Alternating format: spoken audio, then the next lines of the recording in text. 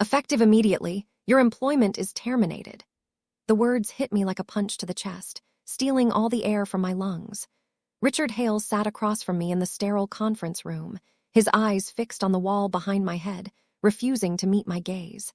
His fingers drummed impatiently against his Rolex, the same one he'd bought himself last month after closing the Meridian deal. The deal I'd spent 6 months putting together. The HR representative beside him looked uncomfortable, her eyes apologetic, but her hands already reaching for the termination paperwork. "You're cutting me." My voice came out barely above a whisper, shaking despite my best efforts to stay composed. "After everything I've done for this company." Richard's mouth curved into something that wasn't quite a smile. "Budget cuts, Maya, nothing personal. These decisions are always difficult, but we have to prioritize operational efficiency." His corporate speak felt rehearsed, hollow, like he'd practiced it in the mirror that morning. Then I saw it. On the edge of his desk, partially hidden beneath a stack of folders, a Tesla key fob. Brand new, shiny. The Model S he'd been talking about for weeks. My stomach turned. My job for his bonus. My years of loyalty for his comfort. My entire career traded for his upgrade. "Is there anything you'd like to say?" the HR rep asked gently, sliding the papers toward me. I wanted to scream, to flip the table, to tell Richard exactly what kind of person he really was. Instead, I picked up the pen with trembling hands and signed my name, because that's what good employees do. They go quietly. My name is Maya Cole, and I used to believe that working hard made you untouchable. I'd started at Hale Technologies 5 years ago as a junior operations analyst, convinced that dedication and excellence would build an unshakable career. I was the first one in every morning, often arriving before the security guards finished their rounds. I stayed late into the evening, long after the cleaning crew had emptied the trash bins and dimmed the hallway lights. I'd built the inventory management system that saved the company millions. I'd streamlined processes that cut operational costs by 30%. I'd trained half the people in my department personally, staying after hours to make sure they understood every detail. Richard used to call me his right hand. He'd lean into meetings and say, "Let's see what Maya thinks," making me feel valued and essential. He'd forward emails to me with, "You're the only one who can handle this," in the subject line. I'd believed him. I'd believed I was irreplaceable.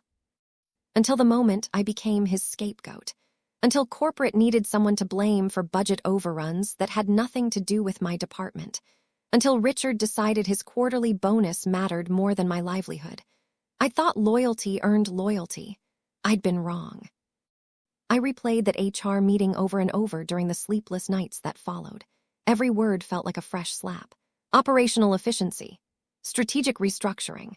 Difficult but necessary decisions. Corporate euphemisms for "we're throwing you away." The HR representative had handed me a banker's box, the kind they give you to pack up your life in 15 minutes. My employee badge went in first, that little plastic rectangle that had opened doors for 5 years suddenly useless. My laptop followed, wiped clean of everything I'd created.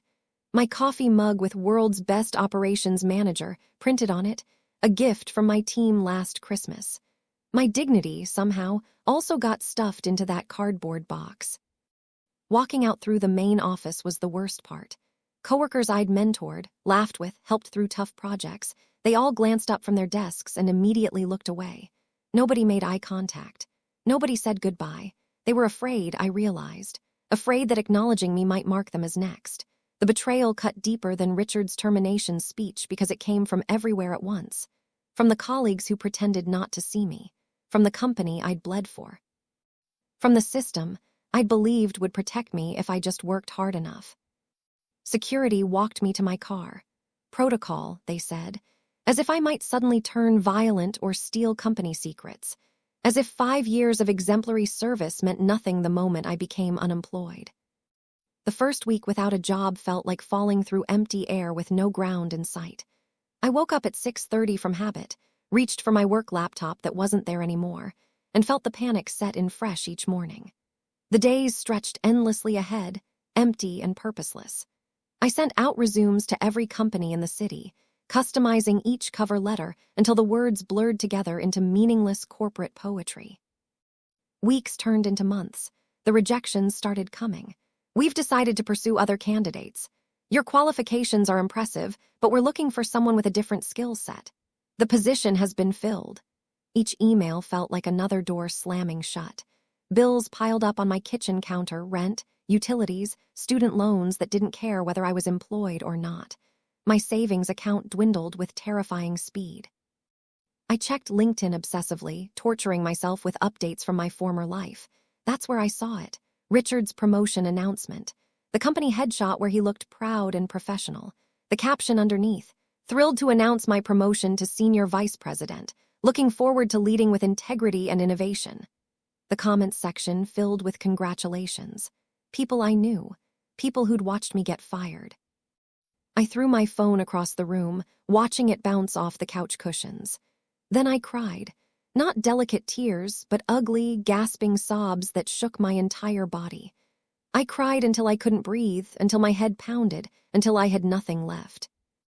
On a Thursday afternoon, when I was seriously considering whether I could afford groceries this week, my phone rang. An unknown number.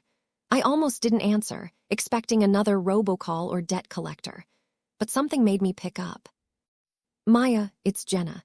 Jenna Foster from accounting." I remembered her. Quiet, competent, someone I'd helped train on the new software 2 years ago. We'd grabbed coffee a few times. "Jenna, hi, what's up?" There was a pause, then quietly, carefully, like she was worried someone might overhear. "I heard what happened, what Richard did.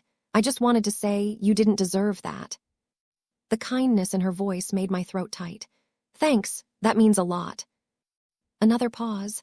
"Maya, there's something else, something you should know." Her voice dropped even lower.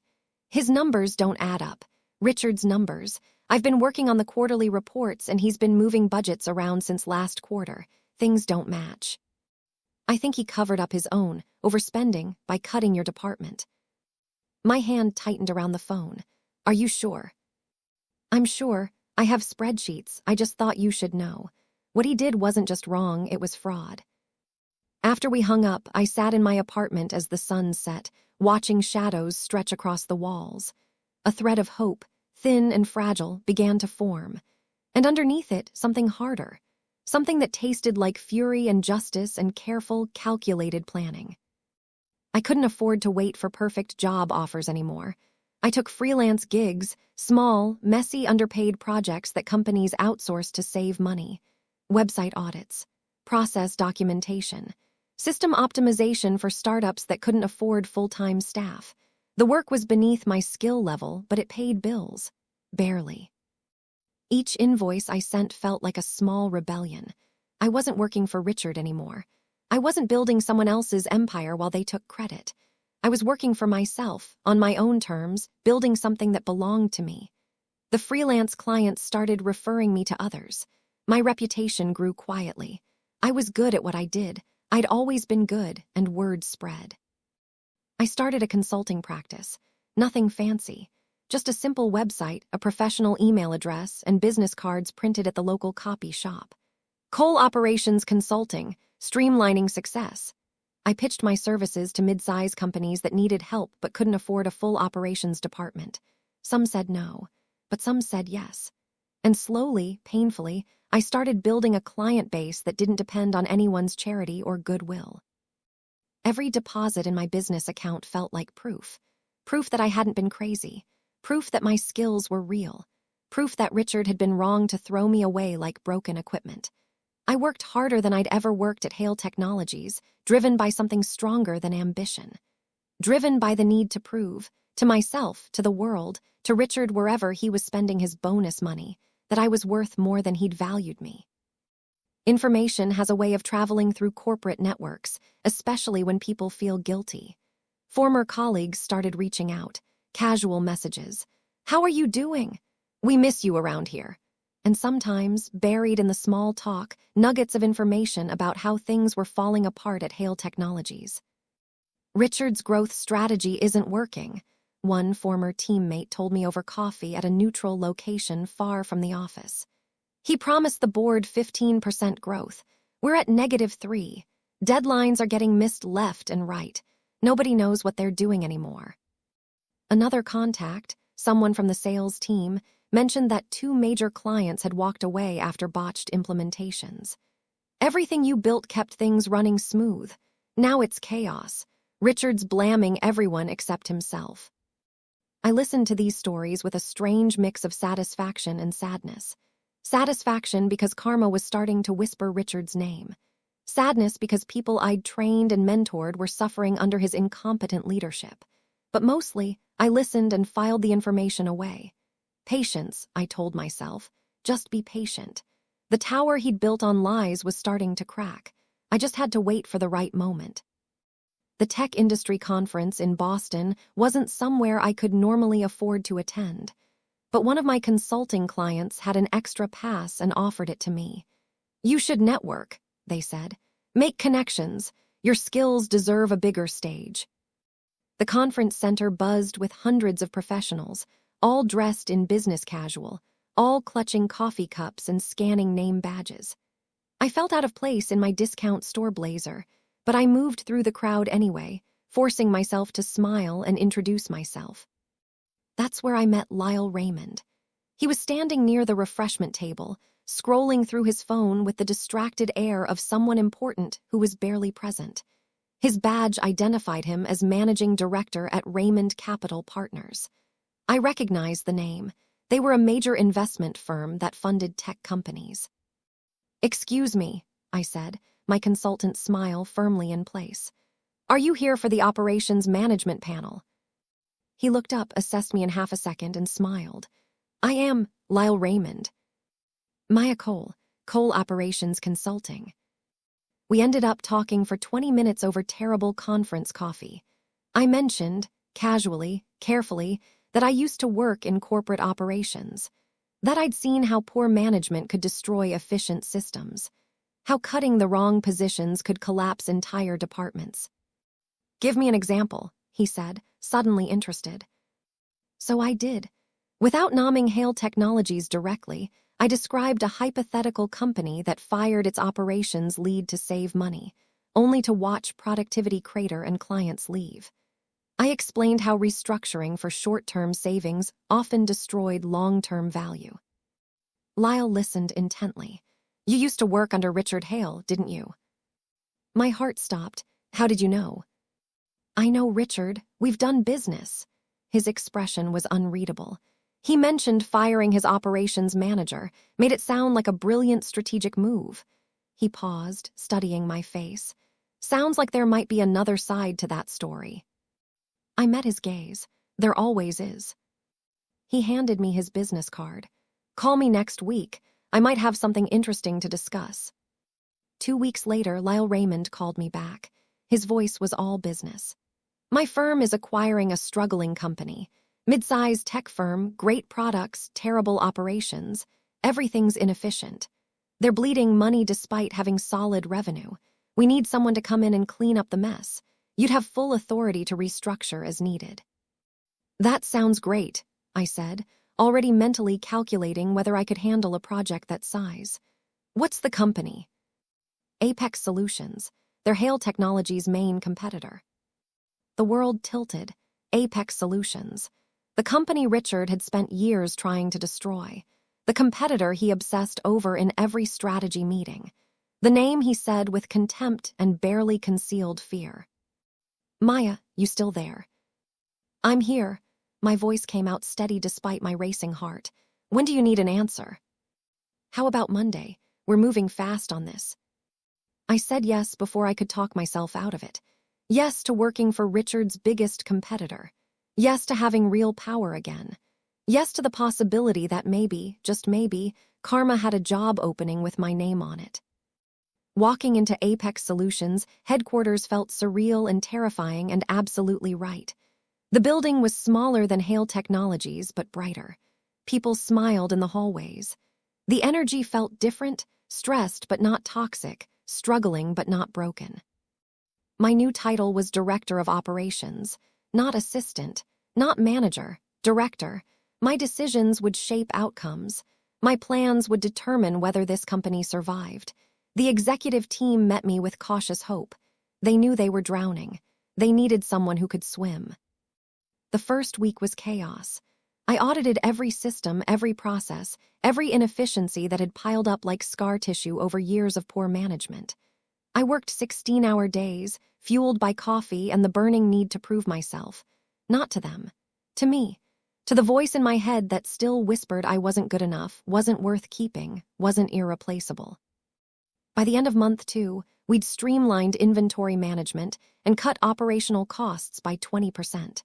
By month 3, we'd landed a client that had been with Hale Technologies for 5 years. They said they were tired of missed deadlines and broken promises. They'd heard Apex was improving fast. I thought about Richard seeing that client's name disappear from his roster. I thought about him realizing someone was outplaying him, and I smiled. The email arrived on a Wednesday morning. The subject line read, "Contract Loss Inquiry," and the sender was Richard Hale himself. It was CC'd to Lyle Raymond and several other executives at the investment firm that now owned Apex. "Lyle," the message began, with a familiarity that felt forced. "I'm disappointed to learn that your newly acquired company has been poaching our clients. I understand competition, but this feels personal. These were long-standing relationships built on trust. Tell whoever's running operations over there that they'll regret crossing me. Richard."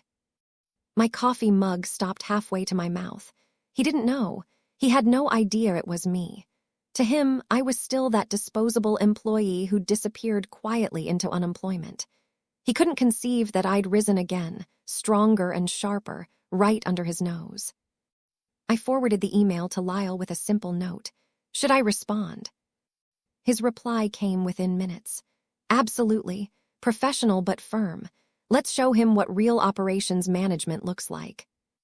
I crafted my response carefully. "Mr. Hale, clients choose partners based on performance and value. Perhaps you should examine why they're leaving rather than threatening their new service provider. Regards, Maya Cole, Director of Operations." I hit send before I could second-guess myself. Then I sat back and waited for the explosion. Sleep became difficult again, but for different reasons now. Every success at Apex brought back memories of that termination meeting.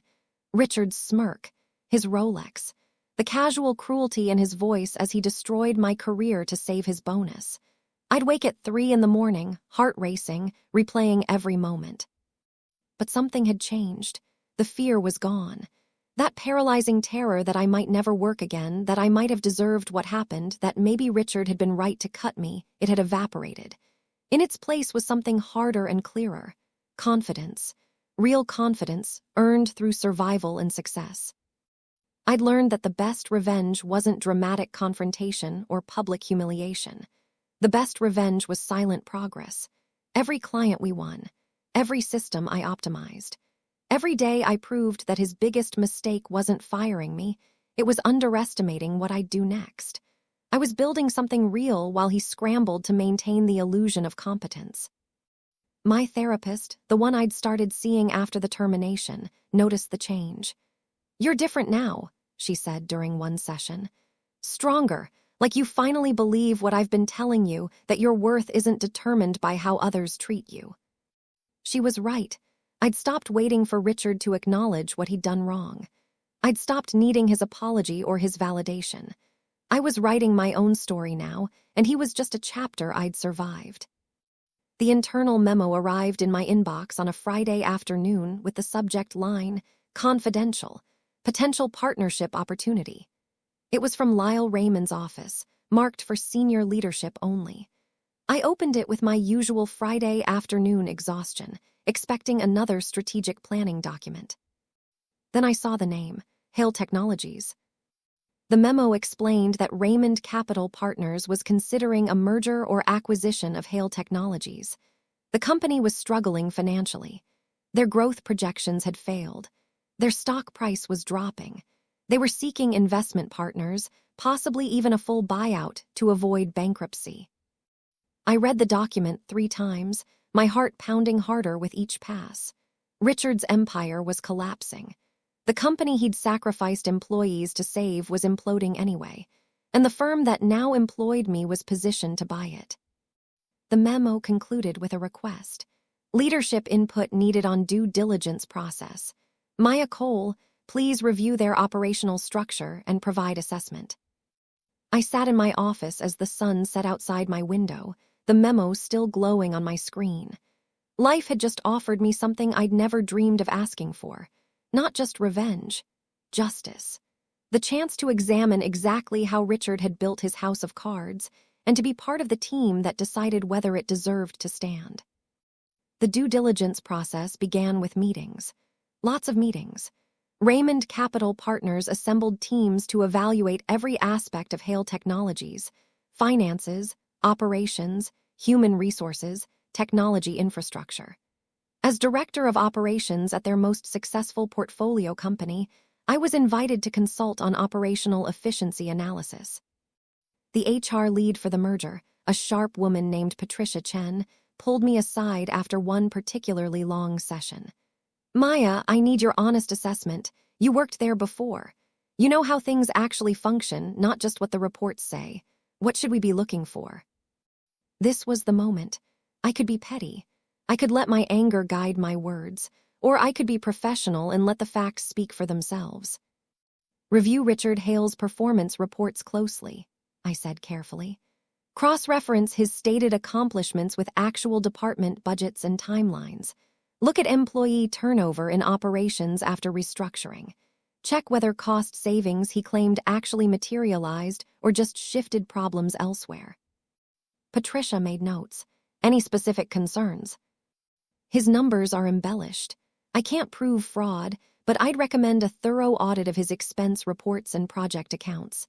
The patterns might surprise you. She looked at me carefully. This isn't personal, is it? No, I said honestly. It's professional. If Raymond Capital Partners is investing millions, you deserve accurate information. Richard's reporting has always prioritized optics over accuracy.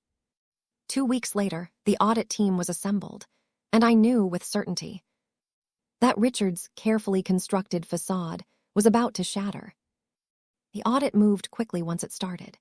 Forensic accountants went through 5 years of financial records with the methodical precision of surgeons. They found discrepancies in expense reports, trips charged to the company that never happened, equipment purchases that went missing, consulting fees paid to shell companies. They discovered that Richard's celebrated cost savings in operations had simply shifted expenses to other departments, creating the illusion of efficiency while actual spending increased. Most damaging were the project accounts. Richard had claimed full credit for major contracts and implementations that my team had actually executed. He'd inflated revenue projections to secure his bonuses, then blamed market conditions when results fell short. The pattern was clear, documented, undeniable. The audit report landed on executives' desks like a bomb. Richard immediately went into damage control mode, sending frantic emails blaming his team. These were departmental decisions, he claimed. I trusted my managers to handle details. He threw everyone under the bus: accounting, operations, even HR, anyone who might absorb blame. But the paper trail was clear. Every expense report had his signature. Every inflated projection came from his presentations. Every fraudulent claim bore his name. He'd signed his own confession in triplicate over 5 years. Patricia called me into her office. You knew, she said simply. I suspected, but I didn't have access to full financial records when I worked there. Only after Jenna Foster from accounting reached out did I start seeing the pattern. Jenna Foster? She's been cooperating with our audit team, providing documentation Richard thought was destroyed. Patricia smiled grimly. Turns out loyalty goes both ways, and your former colleagues remember who actually did the work. The email from Richard arrived late on a Tuesday night. I was working from home, reviewing quarterly projections, when my personal email pinged. The message was marked urgent. Maya, I know we haven't spoken since you left the company. I'm reaching out because this merger situation has gotten complicated. I don't know who's running operations at Raymond Capital's portfolio companies, but someone is sabotaging the deal. They've been feeding the audit team misleading information about my performance. This could ruin everything I've built. I need to know who's in charge over there. Who should I be talking to? I'll make it worth your while. Richard. I read it 3 times, feeling something cold settle in my chest. He still didn't know. Even now, even with his empire crumbling, he couldn't imagine that I might be the one outplaying him. He'd categorized me as disposed of and never looked back. My response was brief. Richard, we have met before. You probably don't remember. The person running operations for our portfolio companies is the same person whose job you cut to fund your bonus. Enjoy the audit. Maya Cole. I hit send and turned off my computer. That night, I slept better than I had in a year. Richard's panic arrived in waves. First came the phone calls to the board, demanding delays. Then the emails to Lyle Raymond, trying to leverage old business relationships. Then the increasingly desperate messages to anyone who might have influence over the merger process. But investors don't care about desperation. They care about numbers, and Richard's numbers were fiction. The board at Hale Technologies, faced with evidence of fraud and mismanagement, had no choice. They couldn't defend him.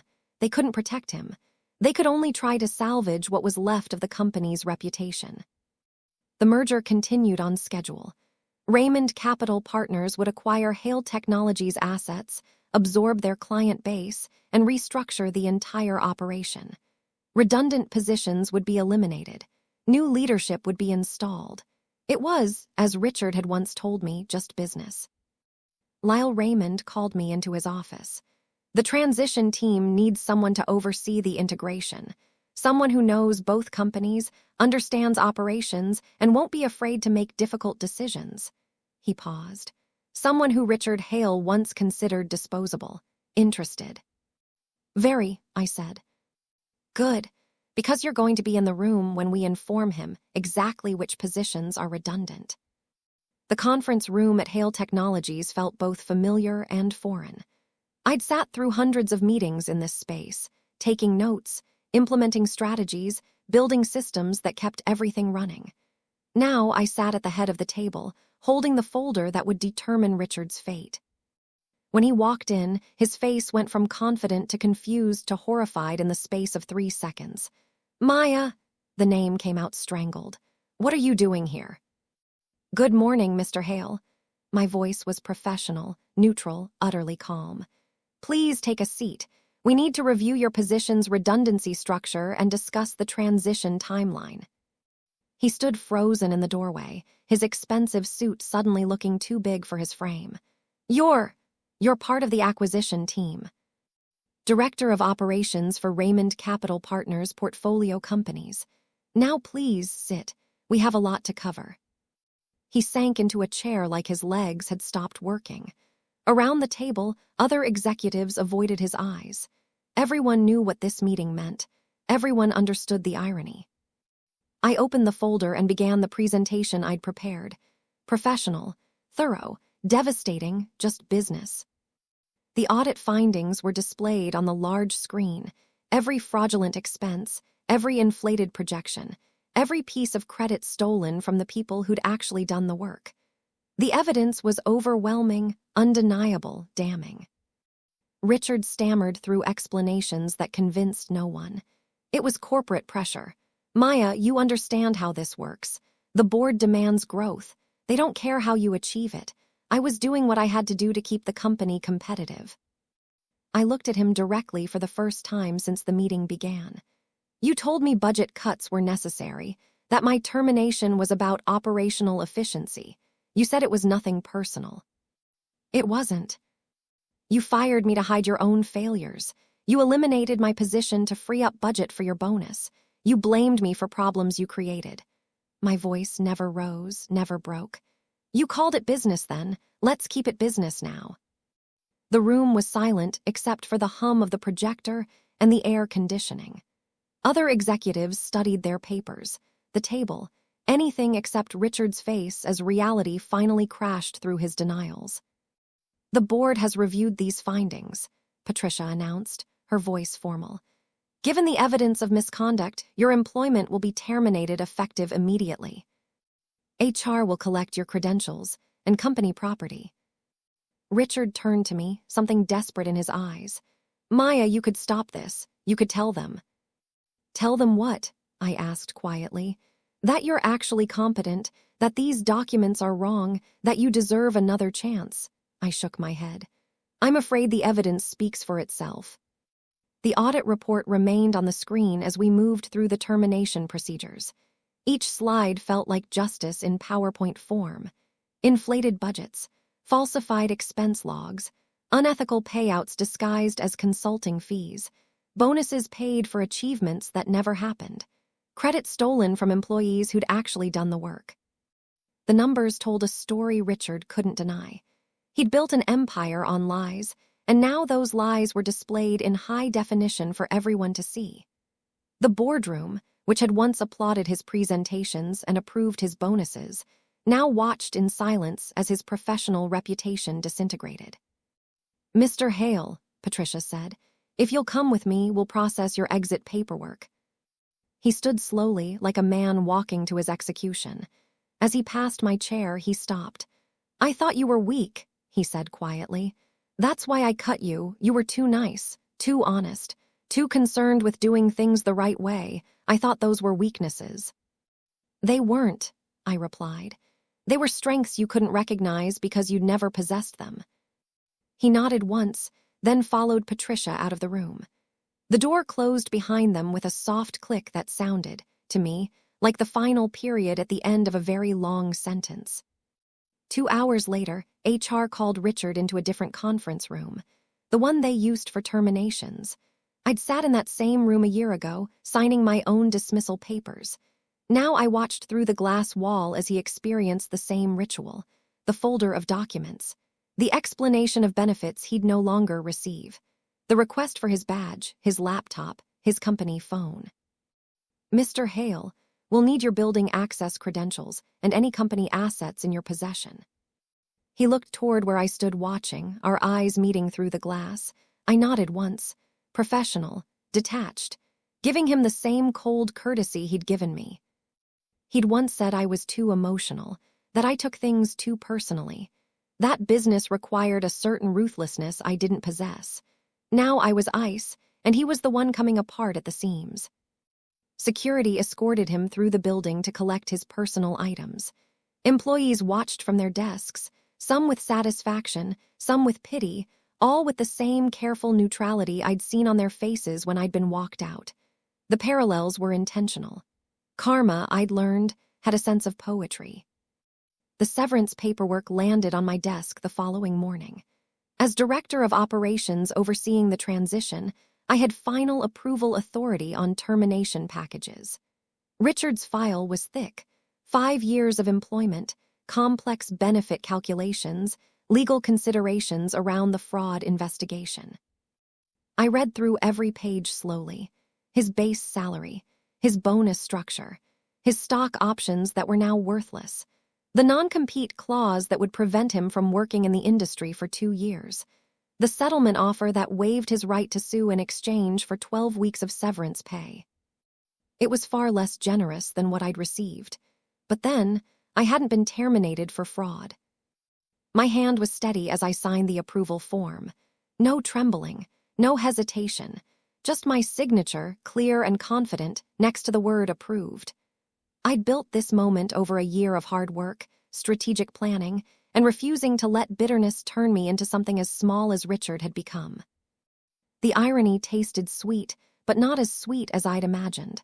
Mostly it tasted like closure, like the final page of a chapter I was ready to stop rereading. Richard appeared at my office door that afternoon. He looked smaller than I remembered, diminished by circumstances rather than height. His tie was loosened. His hair was disheveled. The confident executive who'd terminated me with a smirk was gone, replaced by someone who finally understood what it felt like to be disposable.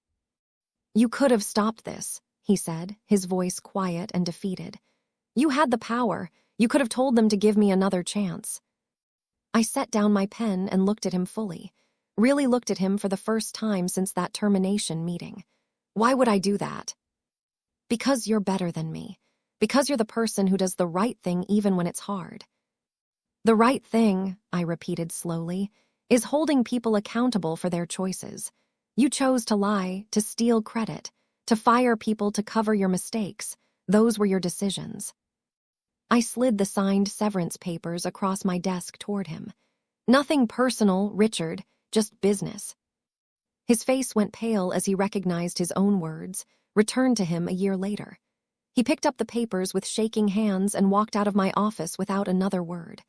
I watched him disappear down the hallway, carrying the same kind of banker's box they'd given me, and felt something release in my chest. Not triumph, not even satisfaction, just the quiet peace of finally letting go. The restructuring took 3 months. We merged the best parts of both companies, eliminated redundancies, and built something more efficient than either organization had been separately. The employees who'd survived Richard's mismanagement were relieved to have competent leadership again. The clients who'd left came back. The numbers, finally, told a true story. At the end of the process, Lyle Raymond called me into his office. The board wants to offer you a position, VP of Operations for the entire merged entity with a seat on the executive board. You'd be one of the youngest board members in the company's history. I thought about that banker's box, the termination letter, the months of unemployment and fear, the slow, painful rebuilding of confidence and career. I accept, I said. The announcement went out that week. Former colleagues from both companies sent congratulatory messages. Some apologized for their silence when I'd been fired. I appreciated the apologies but didn't need them anymore. I'd stopped waiting for others to validate my worth. At our first board meeting, I made one promise to my new team. No one here loses their job to cover someone else's mistakes. No one gets sacrificed for executive bonuses.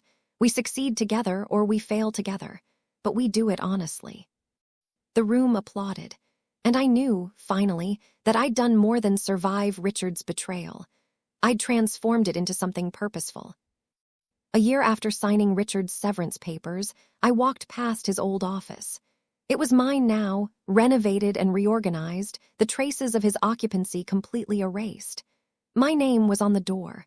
My certifications hung on the wall. My vision shaped the department's direction. I caught my reflection in the glass, a woman in a well-tailored suit that I'd bought with money I'd earned, not inherited or stolen. My expression was calm, confident, at peace with the journey that had brought me here. Sometimes former colleagues asked if I felt guilty about Richard's downfall. The answer was always no. I didn't destroy his career, I just stopped protecting him from the consequences of his own actions. He built his empire on fraud and cruelty. It was always going to collapse. I just happened to be there when it did, strong enough to help write the final chapter. My phone buzzed with a message from Jenna Foster, who now worked in our finance department. Coffee later, I have someone who wants to meet you. Recent grad who just got fired from her first job for budget reasons. She needs to hear your story. I smiled and replied, absolutely. Let's show her that getting fired isn't the end. Sometimes it's the beginning. Because that was the real lesson Richard had taught me, though he'd never intended it. Being underestimated, dismissed, or thrown away doesn't define your worth. How you rebuild does. And I'd rebuilt myself into someone who didn't just survive the corporate storm. I became the one who signed the papers.